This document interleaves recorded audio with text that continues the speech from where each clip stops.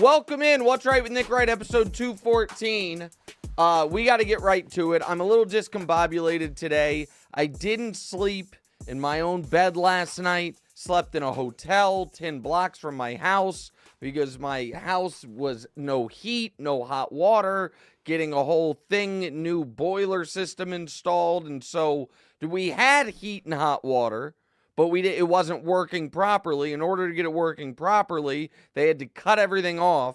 And so we had to go. I was just going to, brave it out, Damonza. But guess who in the family thought it was just non-viable option to, sleep under an extra cover? Because it was not your mother.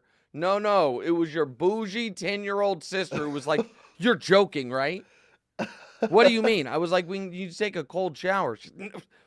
"You're joking, Daddy. Daddy, you're joking. We have to, are we going to Nana's or are we going to a hotel?" I mean, she just, I went, when we got home, the heat hadn't been working all day. The house was at 63 degrees, which is obviously cold, but not like dangerous. It's and she was like, "We can't stay here." Because I was almost like, I was so sure it was Mom that said that. The fact that it was Deanna kind of surprises me. But well, I mean, listen, hey, things buddy, are changing. You and your sister have been gone long enough that your baby sister is now simply your mom with some of my facial features. That's it. I just live with a grown version of your mother and a miniature version of your mother and Dexter. That's my life. Hey, and Dexter's you know what I mean? And yeah, Dexter's great. And by the way, Dexter, I think the last time he boarded at the vet, they partially lobotomized him or something. He has turned into the most chill dog. He is like, just hangs out, lays around. It's really shocking. I don't know. He's just like the last 4 months, he's gone from total maniac to mostly chill, which is great. Secretly, I think Go it ahead. was Dior, but I've got a You think theory Dior on did that. something to him? No, I think You have a Dior, theory? like, causes him to be like wild. She amps him up. Oh, you know what? That might be right. You know what? That might be right. All right, let's get to the show. Here's what missed the cut. The Pro Bowl skills competition happened. Listen, I understand why they try to change things up. I get it. You can't play a tackle football game. But whenever there's a skills competition, there's no winners, only losers. And poor Jalen Hurts just whiffing on those one-pointers. That's going to follow him a bit. Will Travis Kelce be on the new Taylor Swift album? I'm going to guess no. And Michael Bublé does shrooms at the NHL All-Star Draft, allegedly. He later denied it, evidently. Those are, I got to say, that was in a 7-word sentence. That was 3 things I don't care about. The NHL All-Star Draft, magic mushrooms, and Michael Bublé. You could not have created a shorter sentence that jam-packed more things I'm not interested in than you did right there. Psychedelic drugs, a sport I don't know the rules to, and Michael Bublé, who I know is a famous musician, but I don't know what instrument he plays or if he's a singer. Not familiar with any of I'm it. still kind of confused on how, like, it's alleged, like, why they suspected that he was on shrooms. I don't know. I think I literally have... He said it and then denied it, is I think the way it went down. But I am really right now flying blind. Like, the producers could have been totally duped by some deep fake, and I'm going to be the one that gets sued by Bublé here. All right, let's get right into the show. Go ahead, pal. All right, so it's Super Bowl week, and for some reason it doesn't is. seem like anybody's on the Niners side. Obviously, everybody down at Kansas City all year, except for you. But now that it's Super Bowl time, it seems like everybody's on Kansas City's side. How are you feeling about the current situation? Well, I'm feeling great. I also reject this premise. The Niners are favorites, and they opened at 3, immediately got bet down to 1, and now have been bet back up to 2.5. And the Niners sending out a tweet saying against all odds. This will be the Niners' 20th football game this year, Damonza. Of the 20 games, guess how many they were favored in? This is their 20th game of the year. Yeah. Niners this year, 20, if not 19, I want to say. Yeah, I can't 20. really- They're the Yeah. first team in 7 years to be favored in every single game they've played all season. They will, and once the Super Bowl has been played, they will tie the record for most games favored in a single season. Now, again, it's a longer season, but there's Right. only been 6 teams in NFL history favored in even 19 games throughout the year, and the Niners have already done that. So there is a real unique. So here's how I'm feeling. I am feeling confident.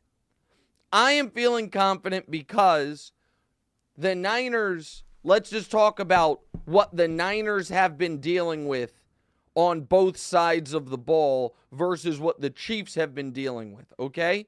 The Niners have played 2 bottom 10 defenses in the NFL. I would argue 2 of the worst defenses that made the playoffs in the Packers and the Lions. And Purdy looked shaky for the first 3 quarters of both of those games. All right? So that's the Niners offense, which has been kind of in fits and starts against mediocre to bad defenses. And now you are playing what I believe to be, well, what is undoubtedly one of the 3 best defenses in football, and I believe arguably the best defense in football. Now, the Niners' defense, on the other hand, has played Jordan Love in his second playoff game ever, and Jordan Love's good, but it was his second playoff game ever, and Jared Goff, who's good, but he's Jared Goff. And that defense looked like it was susceptible, certainly, against the run, and had trouble wreaking havoc, had trouble getting pressure. Now they are playing the most talented quarterback to ever live. Now let's turn it around. The Chiefs, what defenses have they faced? Round 1, an injured, mediocre Dolphins defense, but in the 3rd coldest game ever played in NFL history. Round 2, the number 4 scoring defense in the league in Buffalo, granted dealing with some injuries on the road. Round 3, the defense everyone said was the best defense in the league, and now they get the Niners. Now, it's not as if the Chiefs Defense wasn't simply... the problem in the Ravens game. No, that you're right. Well, yes and no. The defense was the reason they were in the big hole. The defense allowed 17 first half points, but then the defense obviously tightened up. But my point is, for the Chiefs, there's going to be an element of, going from getting in a hot tub and then jumping in a pool. The reverse of that, I guess, is what I'm saying, where what you've gotten used to, now you're dealing with something very different, going from the Ravens defense to the Niners. Now, flip side to that one. What offenses have the Chiefs been dealing with? Well, you had Tua in the freezing cold. That was pretty easy. Then you had Josh Allen on the road doing all the Josh Allen running things, even though he didn't have a great downfield passing game. Then you had the league MVP in Lamar and made him play his worst game of the season. And now you have Brock Purdy. So the Chiefs, thus far this postseason, will be, in my opinion, playing one of the softer, probably the second easiest defense they've played to Miami, and the second worst quarterback they've played to Miami. The Niners will be playing the best defense they've played by a mile and the best quarterback they have played by a mile. And so, in all those regards, I feel good about it. And I also feel confident because the Niners don't seem confident. You know what a confident team does? Let me rephrase it. You know what a team lacking confidence does? Well, no, not even the tweet. Don't make pre-excuses. And all of a sudden, what if the storylines coming out of the Niners camp been, the Chiefs tackles hold too much. It's not fair. And then the yesterday, turf is too soft. And yesterday, our practice field. This is outrageous. Fun fact, America, last year, there was a Super Bowl like there is every year in a city with only one NFL team. So last year, one team got the NFL's facility to practice in. The other team got a local college team. Does anyone know who got which last year with Niners Eagles? Of course not, because the Chiefs were not whiny babies saying, why are we at Arizona State and there where the Cardinals play? Not fair. Give me a break. And then folks saying, oh, but the Raiders have an indoor facility. You know where the Chiefs practiced yesterday? Outdoors in the rain in pads. So the pre-game whining and excuses strike me as a team that's a little anxious about the moment. And so there are a lot of factors that favor Kansas City. And if you watched Media Night last night, it was very interesting. Just if we're going to do some body language doctoring, with Patrick Mahomes seeming to approach it as, all right, yeah, this is part of my annual schedule. 4 out of the last 5 years, I've dealt with one of these. I know what's coming. There's going to be a cute kid. They're going to ask me some gotcha questions. They're going to ask me some weird questions. I'm going to have to at some point address my dad's DUI, which is a real thing. That's I feel terribly for Patrick in a lot of regards. His family is constantly in the headlines for bad reasons, and he never is. But I think Patrick can compartmentalize and deal with it, but he knows it. And Purdy last night, totally understandably, had the look on his face of someone who kind of couldn't believe they were there. And I'm not, again, I think it's similar to the look Patrick had his first time. This isn't a shot at Purdy. That was below the belt. No, I think anybody in their first Super Bowl, if they're a young player, it's a holy bright lights moment. Yeah, bright light, and it's like, wow, this is real, and this is happening. And that's where the experience matters. The experience of dealing with all of these things. And so, yeah, I am highly, highly confident right now going into the game. All right, we have a Never a Doubt update, Damonza. Yes, so just a reminder, we are still giving out the Never a Doubt tattoos for the fans who chime in on social media. We had a ton of great selections over the weekend. I think we're about to preview a couple. Yeah. And these folks are winners. So this guy might not even have room for the temporary tattoo, but he's got the great Chiefs Arrowhead logo, Jason Linnick. And I would imagine if we're showing your tweets, you've won one of the tattoos. We can go to the next one. This guy has a tweet and a videos. This guy says, this guy was awesome.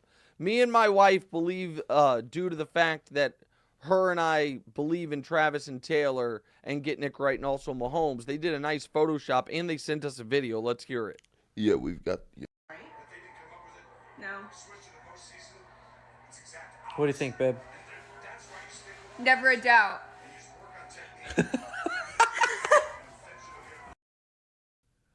Nice living room setup, too. I don't know if that's like a loft apartment. That was nice, and that was well done. So she's going to get one. And then this guy who I showed this to Kevin Wildes yesterday, and Wildes said to me, "You're out here ruining lives." This guy got a giant, bigger than mine, similar script tattoo on his forearm. So shout out to Simply Riggs or Regs. My apologies. We'll send you one anyway, but great job by him. That was really cool. I didn't see that, Damonza, till you it was like the first thing I saw on Twitter when I got on that day or whatever. So we're still taking submissions. So just hashtag Never a Doubt at What's Right Show. Vic has one. Let's see, Vic. Oh, that looks great. Oh, that really does look just like mine. I think that's really well done. So I'll add the only difference between the temporary ones and the one I got is people think if they see my tattoo in person that it's like already fading. you can't really see it on camera like that, and I still haven't figured out how to show this on camera. I apologize. I can't do the body movements to show this properly. But it's not that it's fading. It's that I had them do it. I wanted it to look exactly like how I write with a Sharpie.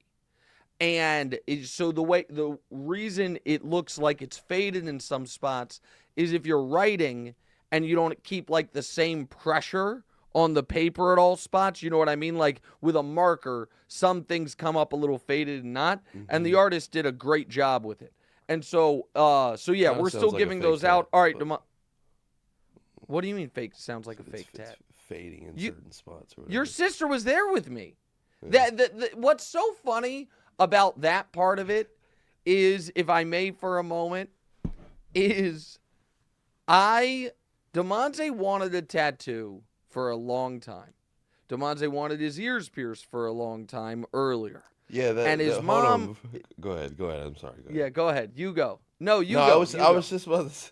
Like, the tattoo, I did want my ears pierced for a long time. The tattoo thing, like, I don't think I was ever like, oh, when I leave my hometown or whatever, can't wait to get a tattoo. That kind of, like, spontaneously happened, but it did. Yeah. But continue. No, I mean, listen, by the way, a couple of your tattoos look like spontaneous decisions. Like, Wait, I'm not hold on. doubting that there wasn't a lot of, like, long-term planning going into it. But you just did me dirty, man. Hold on. I'm covered up right now. I could have some great tats, dude. You could. Yeah, you could. But as I was saying, so Damonza's mom said, was it 14 or 16 we let you get your ears pierced? Do you remember? It was... I don't remember. I think it might have been like 17 or 18. Okay, I thought then it was 16 because 17 was it was 16. 16, that does make a lot more sense. Sorry. I said to him and his mom, as corny as parenting as this sounds, I was like, I think getting your ears pierced is the body art gateway drug. Like, once you get your ears pierced, the only next thing for a guy is tattoos. And I wasn't anti-tattoo as far as, like, I think they're bad. I was anti people getting them when they're young and don't know if they're going to love them forever. And so I said to Damonza the same thing I said that my dad said to me. Which my dad saved me, by the way, because a unique thing about me that people would not expect is right after 9/11, I wanted to get a massive 9/11 related memorial tattoo about the firemen that died. Massive. I knew exactly what it was going to be. My girlfriend at the time had painted, like she was an artist, had painted something, and I wanted to get this, like, basically a third of my back in like this. And if I would have gotten that tattoo, I think my entire life would be different. I think it would be just like, and so my dad said to me, listen, here's the deal. When you, if you're old enough to, make a decision on tattoos, you're a full-grown adult, and that means you no longer get any money. Like help with college, you know what I mean? You're a grown man. So the day you get a tattoo is the day I stop helping to pay for education, is what he always said. And I didn't get a tattoo until 4 years ago. I got you and your sister and your sister's names on my chest. That was 4 and I got years your mom's ago? name on my ring finger. Maybe 5 years ago, 4 years ago, something like 3 years ago. I don't know. No, I know exactly when it was. It was in Houston right before the pandemic, because we were in Houston to see a Laker game, and we got it done in Houston. So yeah, so it was February or January of 2020 is when I got my first tattoo. And so Damonza, the reason for this convoluted story is I gave Damonza these same threats. And he didn't get a tattoo, and then when he did get one, he tried to hide it from me for a bit, whatever it is. Smash cut to 7 years later. days after your sister's 18th birthday, I went to the tattoo parlor with her, and she got a tattoo, and I got the forearm tattoo. And Diora FaceTimed Damonza from the tattoo bench or whatever, bed, I don't know. And he couldn't see me, but I could see him. And the look on his face was one of, oh, you're going to be in trouble. And then Diora panned up to show me. And the look on his face then switched to, you've got to be effing kidding me. Yeah. Like, you lectured me about this, and now you're with Diora getting... But that's why I got the never change, man. Parents evolve. Tattoo. You know, first, second, and third. Deanna might have a tattoo when she's like 15. Who knows? Okay. All right, next. Let's go to Brock Purdy.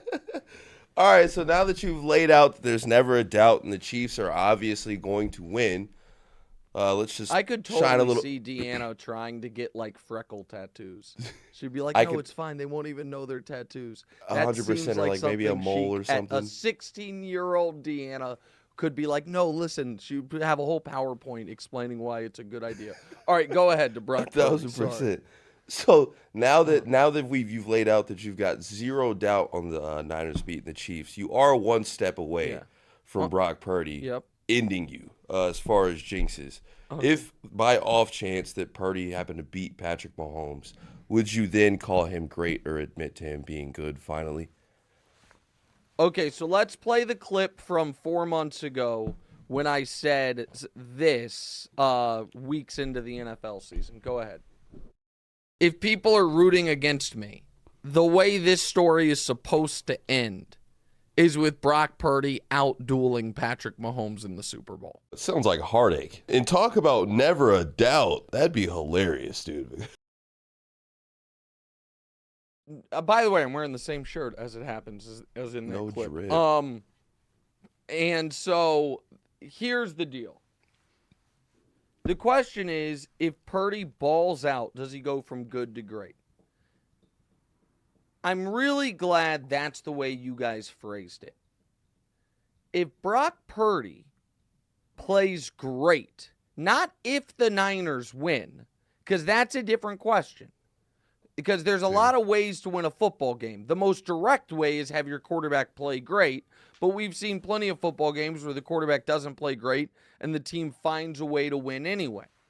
If Brock Purdy plays great against this Chiefs defense, win or lose, I will absolutely elevate him in my mind.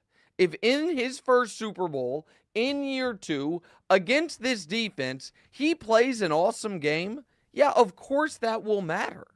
Like, all of the stuff matters, guys. And I did something on the show the other day where I just listed the quarterbacks who I currently believe are better than Brock Purdy.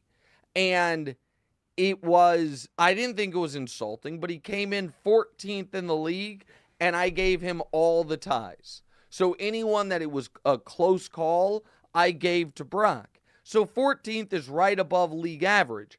Folks want me to say things like that I think Brock Purdy is better than Dak Prescott. I don't. I understand Dak had a terrible playoff game. I don't think he's better than Dak Prescott. Some people want me to say that I think Brock Purdy is better than Justin Herbert. I don't. And I understand Herbert's 0-1 in the playoffs. I think the Niners, with Justin Herbert over the last 4 years, would have a couple Super Bowls and with this roster. And so but if he were to go play great in the Super Bowl against the Chiefs defense, of course that would elevate him in my mind. All right, next. Glad you're being fair about it, Pops. I love to hear it. I've been nothing but fair. Now, real quick, hold on. Real quick. If, on the other hand, this Chiefs defense makes Brock Purdy look out of his depth and they roll him up, I'll have some things to say there as well. Yeah, like Brock Purdy is, they might not have the means to do anything about it, but don't you think if the Chiefs were to, like, expose him or embarrass him to where, like, he does nothing, he's not the quarterback of that team next year? I think no. So I think that's not enough to get him out of there. Well, because here's the thing. I think that if he plays great and they win, he guarantees he's their quarterback course. long term. Right. If he plays terribly, I still think he's going to be their week 1 starter next year because of the money factor of it, because they have him That's what I bet. for, $900,000 for next year and the year after. And they can't even give him a contract extension this offseason if they wanted to. I thought that if that first playoff game, Damonza, against Green Bay, if a couple of those dropped pick sixes were actual pick sixes, if they hadn't had the good drive at the end, then I think his seat could have been hot this offseason. But because they're there, listen, I mean, right now it's kind of the Jimmy G track, in my opinion. Being carried by a great supporting cast, get to a Super Bowl early in your tenure, I'm still not convinced the coach loves you the way he professes to love you. And everyone likes to throw the Kyle Shanahan quotes at me and the teammate quotes at me, but they'd be more relevant if he hadn't said all those same things about Jimmy Garoppolo. Don't know why he gets so much criticism. He's a winner, all these things. Now, I think Purdy is better than Garoppolo. Way more competent. I think Purdy's better than Tua. But that's one of my frustrations is I have been just as hard on Tua over the course of the regular season, and Tua had a better regular season, in my opinion, than Purdy did. And nobody cared.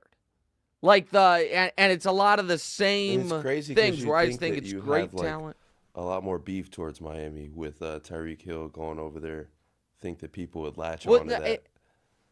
Yeah, and so that part I don't totally get. All right, next. All right, so Peter King sat down with Kyle Shanahan for an interview, and Kyle admitted that this past offseason, the 49ers thought about bringing in Tom Brady to mentor Brock Purdy. The plan was for him to start a year and mentor Brock Purdy as he was rehabbing from that elbow. So do you think that Kyle Shanahan actually had plans on doing this, or is he trying to give Brock Purdy more bulletin board material? No, so here's the thing. A week ago, Purdy is the one that kind of broke this story. Purdy was being interviewed a week ago by someone from ESPN, and they buried this in the story, and I don't know why. Purdy said on the record that Kyle told him in the offseason, hey, you're going to be our week 1 starter unless we get Tom Brady. Purdy, that was not anonymous source. That wasn't sources say. And for some reason, no one other than Florio seemed to care about that story. That is why Kyle was then asked about it, and Kyle confirmed it. It also confirms what a lot of people thought, which is that Tom Brady did not want, was, ambivalent on retirement. No, was trying to see elsewhere. And if you remember, Brady, 2 weeks ago on Instagram or something, talked about how it would have been he was going to come out of retirement in March or something, but then I forget what it was. Somebody threw him a party or there was some event, and he was like, nah, it would be too awkward. I think it's very clear the Niners talked to Brady about coming out, and gosh darn it, I wish he had done it.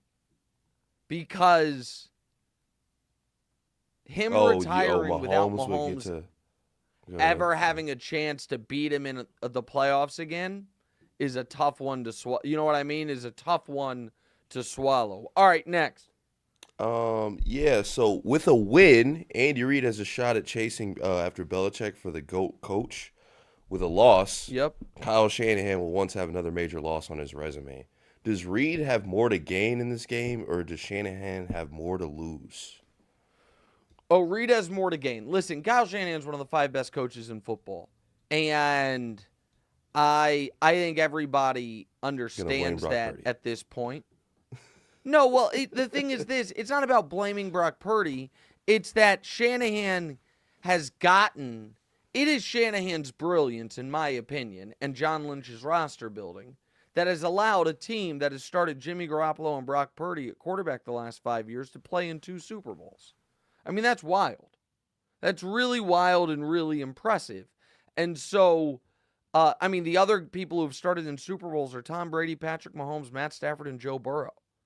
And then it's Jimmy Garoppolo and So Brock would you Purdy. We'll see argue what it's Brock just Purdy as good ends as up a being. feat as what Andy Reid and all these other guys are doing, since he's bringing Well, these guys with bottom I tier think, talent? I mean, I think it's wildly impressive. So I'm not going to be one of those people that's like, Shanahan can't win. That's what people said about Andy Reid forever until he got Mahomes. Went to 4 straight conference championship games, went to a Super Bowl, lost it. Like, tough spot. Here's what I will say about what Andy Reid has to gain. I don't think people recognize how close he is to Bill. Not from a Super Bowls, but from everything else. Okay? So Belichick didn't get a job, which means he might never get one. Maybe he will, but there were 8 openings, no one hired him, and now he's going to be a year removed and a year older. Andy, all-time regular season wins is 44 behind Bill. That's 4 years. Is Andy going to coach 4 more years? If he does, he will pass Bill in regular season wins. Playoff wins is crazy. How much do you, I'll just say it. Bill Belichick is number 1 all time with 31 playoff wins. Andy Reid is number 2, 25. 25. He's 6 behind him. So you can see a story where Andy passes him. So let's just say they win this weekend and Andy coaches 4 more years. He's not going to catch him in Super Bowls. But if Andy finishes with 5 Super Bowls to Bill's 6, if Andy has more wins, has more playoff wins, Bill had 8 losing seasons. 8. Andy has 3. Bill, without Tom, has a losing record, no playoff wins, none of it. Andy, without Patrick, went to 5 conference championship games, went to the playoffs 10 times, went to a Super Bowl. Now, Bill is 3-0 against Andy in the playoffs. Once in Philly and then twice in Kansas City. Point is this. You'll at least be able to make the argument. But Andy doesn't have enough time left. He's got to win this one. All right, what's the follow-up, Damonza? So major part of Reid's legacy has been his coaching tree, the coaches that have worked under him. And one of those coaches is Eric Bieniemy, who still hasn't gotten a fair shot at a head coaching job. Could you see a reunion with him and the Chiefs on the horizon? So I would love that. I think Bieniemy at this point he's either going to be the head coach of the Chiefs when Andy retires, or he's going to be the head coach of a college team. The NFL's clearly not going to hire him. And that's just where he is. I think it's bullshit, but it is what it is. And so I personally would love for him to come back and get a Gerard Mayo type of agreement, which is in writing that, hey, you're our guy after Andy. The problem with that is I know Florio has floated that Andy could retire this year, that he might retire soon. When Patrick signed that 10-year extension, he said that Andy told that he wouldn't have signed it, a 10-year deal, if Andy didn't tell him he was planning to be there for the entirety of it. So now maybe he won't hold him to the entirety of it, but for the record, there are 6. There are 8 years left on Patrick Mahomes' contract. Also, nothing makes me feel more warm and fuzzy and great than the fact that Patrick Mahomes has 8 years left on his deal. I mean, it is just an all-time agreement for Patrick to do it and move by Brett Veach. That deal that we don't have to worry about that. He's got like a different. Contract.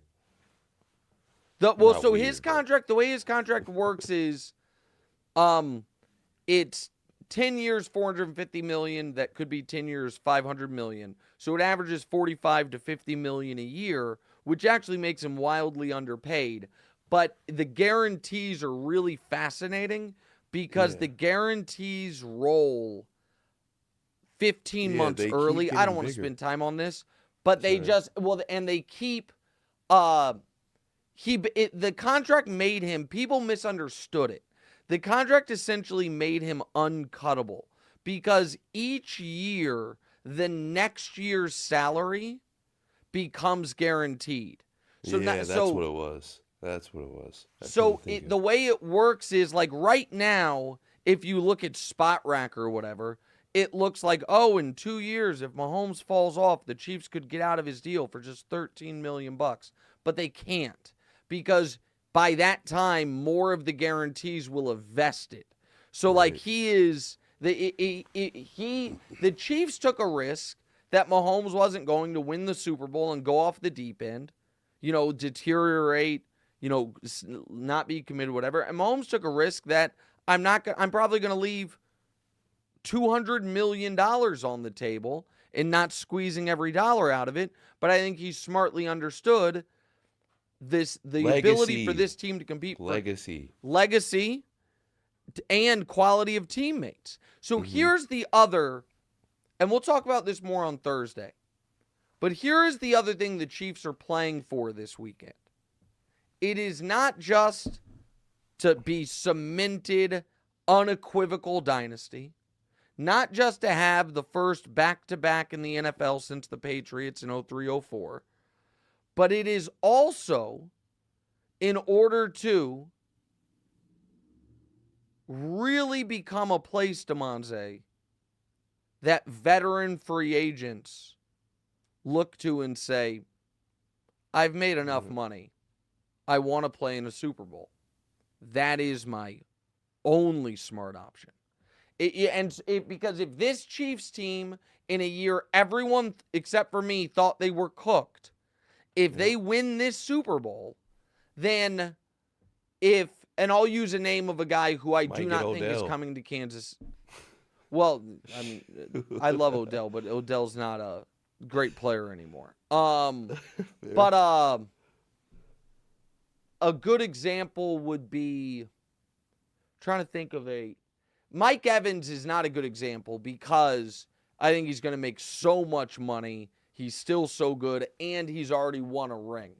So he's not the person. And T. Higgins obviously hasn't gotten paid yet, so he's not the example. But I'll use someone from a year ago. A year ago, if the Chiefs win this Super Bowl, and the free agency that DeAndre Hopkins had last year were to happen right now, it's like, Nuke, you've made a ton of money. You've never been past round 2 of the playoffs. The one time you were in round 2, you were up 24-0 on Kansas City, and then the Chiefs scored 51 consecutive points and beat you 51-31. That happened in a real NFL game. Damonza, the Chiefs were down 24-0 in the first half and led at halftime, 28-24. That was, it was one of the wildest, greatest. Yeah. Was the coach fired after that? The next year. Okay. It was the last game Deshaun ever played with the Texans. Okay, they wrecked the entire franchise in that one 90 minutes. But someone like that, a player like that saying, you know what? I've made a bunch of money. I want to play in the Super Bowl. And you saw, on a lesser extent, the Chiefs were already doing it. Drew Tranquil, who's one of their linebackers, who is not a big name but has been awesome for them. They got him from the Chargers for 1 year, $3 million. Now, he didn't have a massive market, but I can't imagine that was his highest offer. He tweeted out the text exchange between he and Andy Reid after the free agent visit. And Andy texted him saying, hey, now you have my number. Please call me if you're having any questions. We want you here. And then he wrote, see red, see championships. And it was like, hey, man, like, come here and you're going to be able to play deep into the season and build a legacy. And so if they win this year, I think that especially on the offensive side of the ball, you're going to have real opportunities. And I don't think it'll happen, but gosh, I hope if they win this year, Chris Jones tells his agents to go to hell, Right. and he will find a way I'll to take stay. less. Right.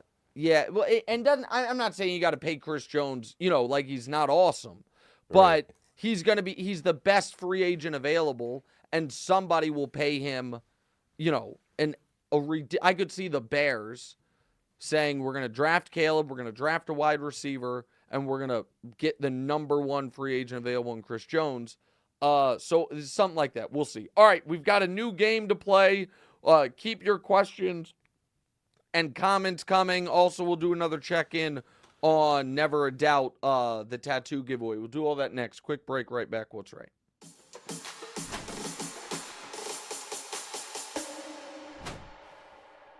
Welcome back in What's Right with Nick Wright, episode 214, and this episode is brought to you by U.S. Bank. Winter can be a bummer, guys, but thankfully we have sports to get us through this time of the year. If you ask me, nothing goes together quite like your favorite foods and your favorite teams, especially this time of year. You got the NFL playoffs, you have pro basketball, you can hang out at home on your couch until it finally gets warm out. U.S. Bank Altitude Go Visa Signature Card provides the perfect way to earn rewards. Whether watching your team with other fans at a local restaurant or in the comfort of your own living room, earn 4 times points when you dine out or have food delivered. Maybe order a pizza and watch the big game on your big screen TV. Earn 2 times points at grocery stores, which is great if you're staying at home and making snacks for the game. And if you're willing to brave the elements, even getting to the game can be rewarding. You'll earn 2 times points at gas stations and EV charging stations. Go to usbank.com/altitudego to learn more about how you can earn 20,000 bonus points worth $200 if you spend $1,000 in the first 90 days of opening your account. Score big with the U.S. Bank Altitude Go Visa Signature Card. Visit usbank.com/altitudego to apply. Live every day your way. Limited time offer. Creditor and issuer of this bank is U.S. Bank National Association, pursuant to a license from Visa USA Incorporated. Some restrictions may apply. All right, Damonza. So we've got another Never a Doubt check-in. And so I think we can show some tweets here. These are some cute kids. This one says, we're rolling with the Chiefs because my 8-year-old son and 5-year-old daughter watch First Things First after school every day. We know who's atop Nick's Tiers and Mahomes Mountain, so how can we lose? You were so close, Jeff Willett, but there's only one O in lose, believe it or not. You know, it's still Cinema Tattoo. Kids, don't take spelling tips from Dad, but other than that, great work. Yeah, I think they watch. Why would they not watch? Look like smart kids. Should I not have pointed out that he misspelled loose? Hunt Hoke on Instagram says he plans on showing it off in the second half when something detrimental happens in San Francisco. I'll be proud of it. Nick's been right all along. That's a great kind of hack. If you, in addition to saying never a doubt, if you'd say that I've been right all along, it's pretty smart. What's Jake Lee say? Jake Lee says, I became a Chiefs fan when I was 7 watching Joe Montana. That means we're about the same age. You're a little younger than me, Jake. I believe the entire season was a build-up to getting the right people in the right positions for the playoffs. That's why I never doubted them making another Super Bowl. Hashtag never a doubt. All right, so keep those coming. Also, you guys can send your questions or comments for today's show in the chat. All right, before we get to a new game, Damonza, let's talk a little World Cup. Yo, so it's early, but we have a FIFA forecast for you guys. The 2026 FIFA World Cup match schedule is officially out. Look at that graphic. Oh, yes. Wow. Yeah, it's unbelievable. The final will be held at MetLife in Kansas City. It's getting 6 games. Are you pulling for a spot on the Fox broadcast team? Let's try to be quick with this one. We got a really important game to play after this. But go ahead. But yes, I'm right now. We've got 2 years to plan for this, and let me be very clear.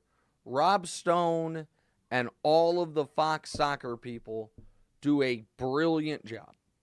And they don't need nor do they want somebody who's not a huge fan or doesn't know a ton about the players or the teams parachuting in just because it's the biggest event in the sports world and it's in the United States.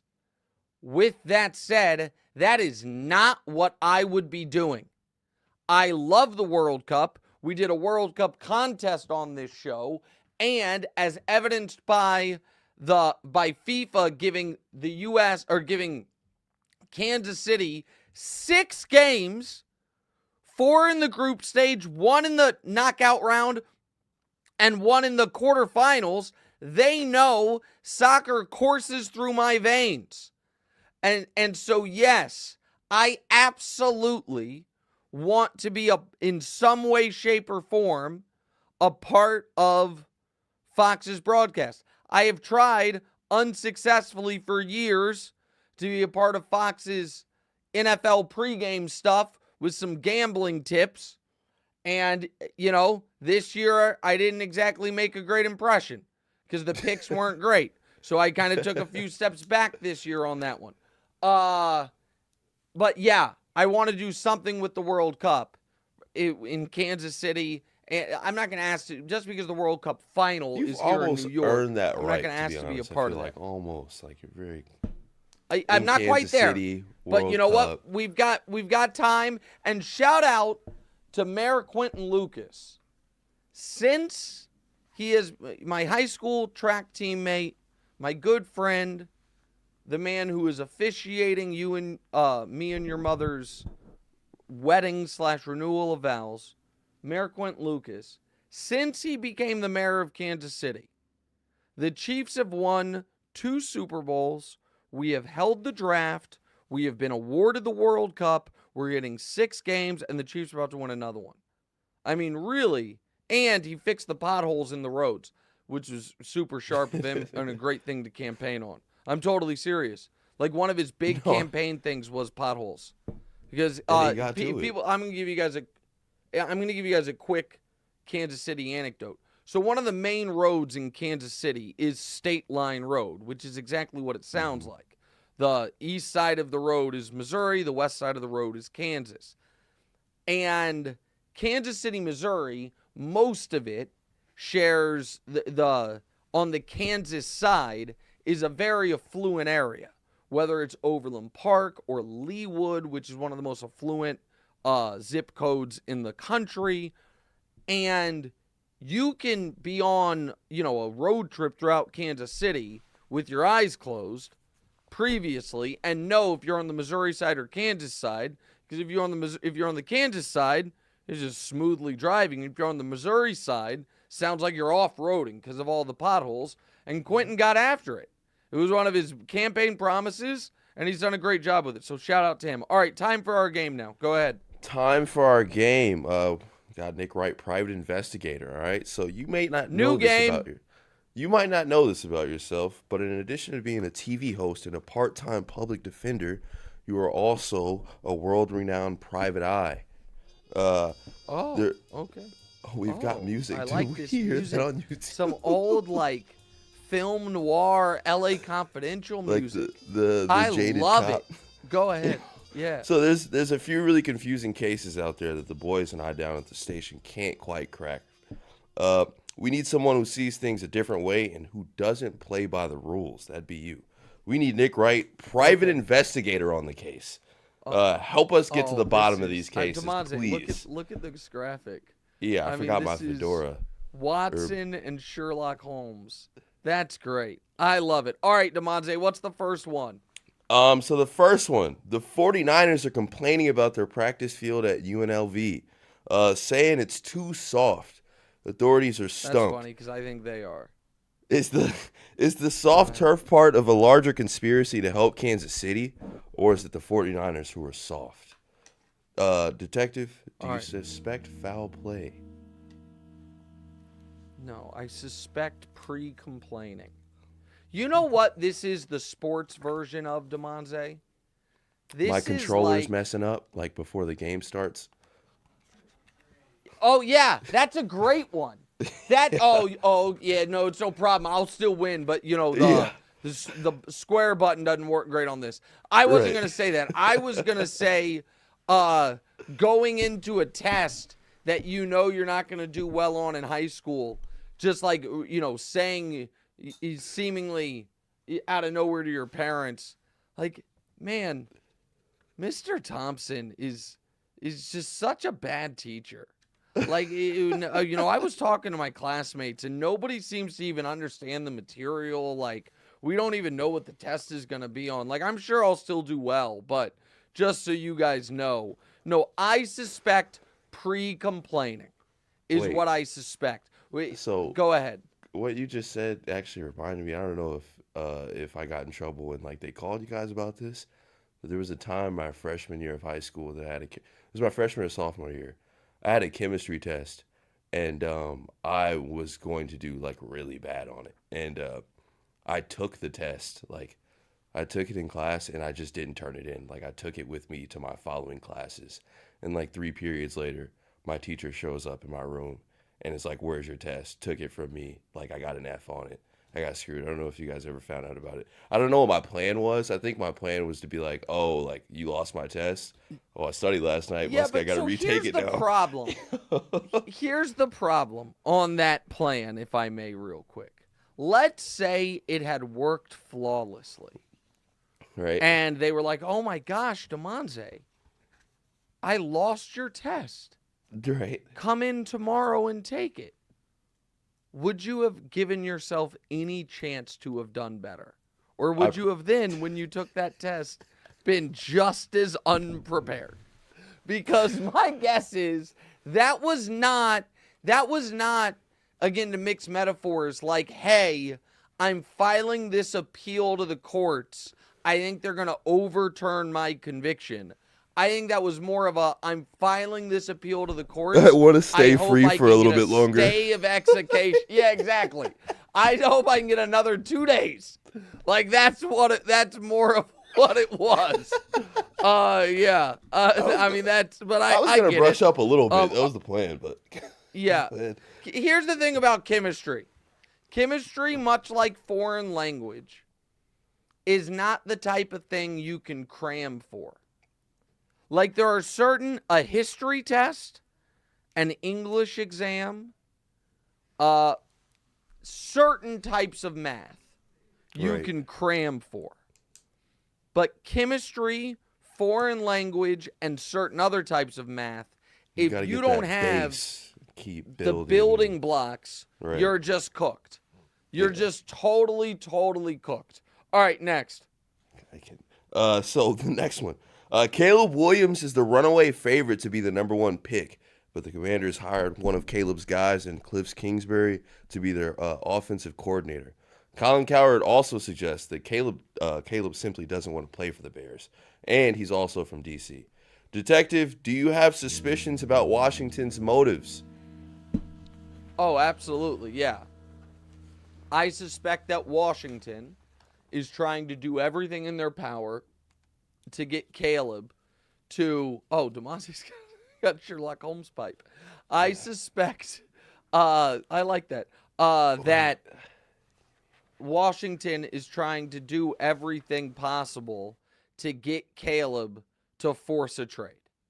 Or to get his dad or whomever to try to make it very clear we don't want to play in Chicago. I want to play in Washington. And so I don't think it's going to work. I don't think Chicago is going to trade the pick. I think, yes, Washington hired Cliff Kingsbury to make it even more attractive for Caleb that he force a trade to Washington. And guys, the props are unnecessary, and Damonza is really having a hard time with them, and it's distracting from my brilliant take. But thank you, Damonza, for trying to get the fire in the pipe for you to think about while I'm answering these questions. Next. All right. After rumors of LeBron being on the trade block were shut down, LeBron showed up to the Garden wearing Knicks colored shoes and left the court with the Knicks towel on his shoulders. Detective, is Sheriff LeBron pulling an inside job? No, listen. LeBron's not going to play for he's not going to force a trade to the Knicks this year. And in the offseason, I don't think he's going to sign with them because of his issues with James Dolan. I mean, maybe it's possible. What he's trying to do is pressure the Lakers before the trade deadline to improve the roster. And maybe to fire Darvin Ham. I don't know. But, I mean, he's using the Knicks as a weapon to try to make the Lakers nervous. Damonza's got a... Okay, I mean, our got to get a closer look. Team, yeah, got a fake magnifying glass. I mean, Damonza's just having a great time. All right, ask your questions in the chat next, and we'll do another Never a Doubt check-in. We'll answer your questions. We'll do it next. What's right?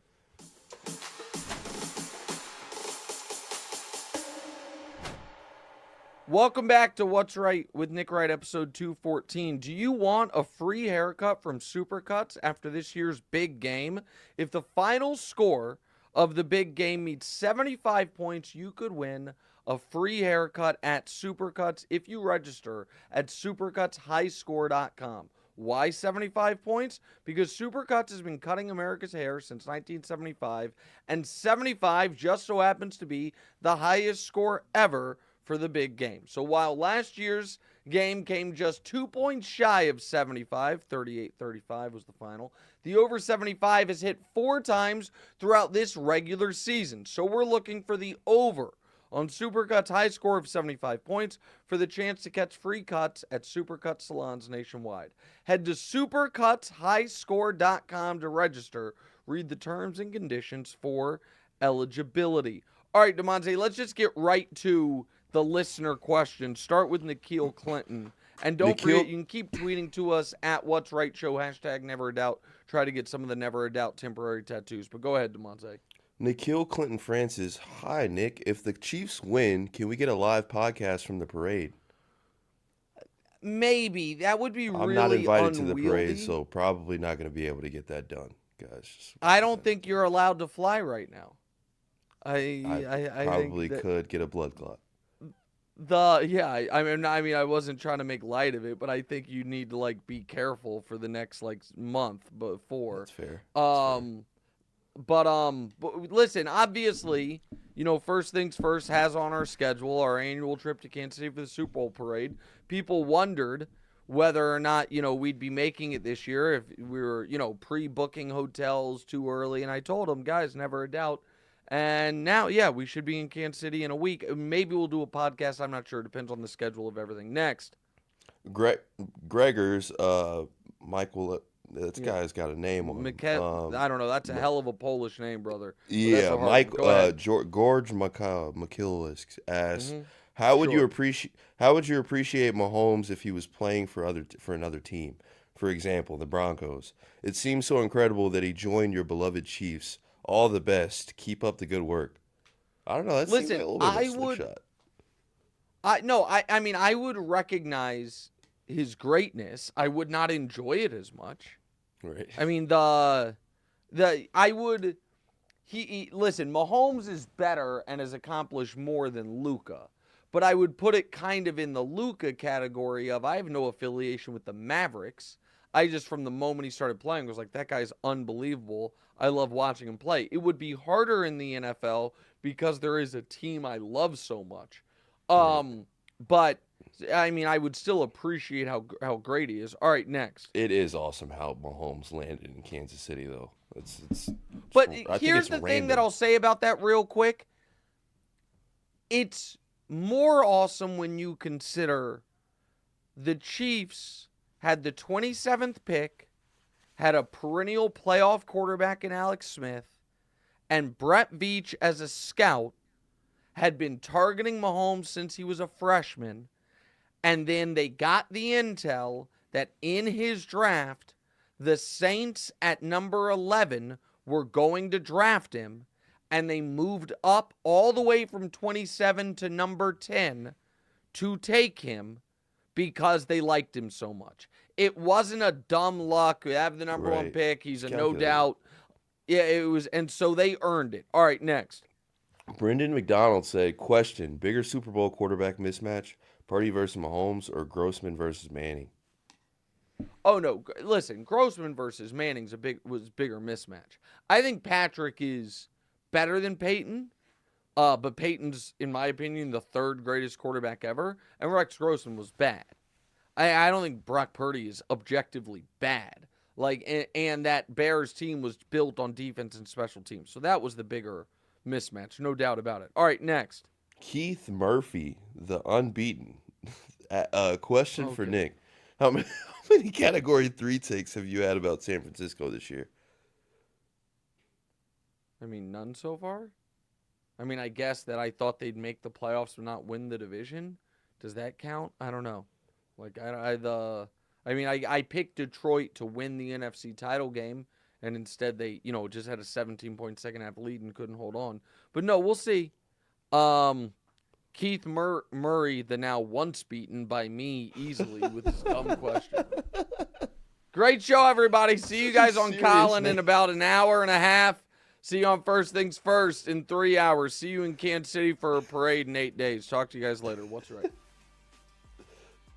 Hey, it's Nick Wright. Thank you so much for watching. Please do us a favor. Click subscribe. It helps my ego, and Damonza's got a financial bonus writing on a number of YouTube subscribers, so help him out. And also, click the bell. I don't know what the bell does, but they tell me to tell you to click the bell. And if you're audio listeners, people that have commutes, drives, whatever it is, subscribe to the podcast as well, wherever you get the podcast. Same show, just in your ears instead of through your eyes. All that. Check it out. Appreciate y'all.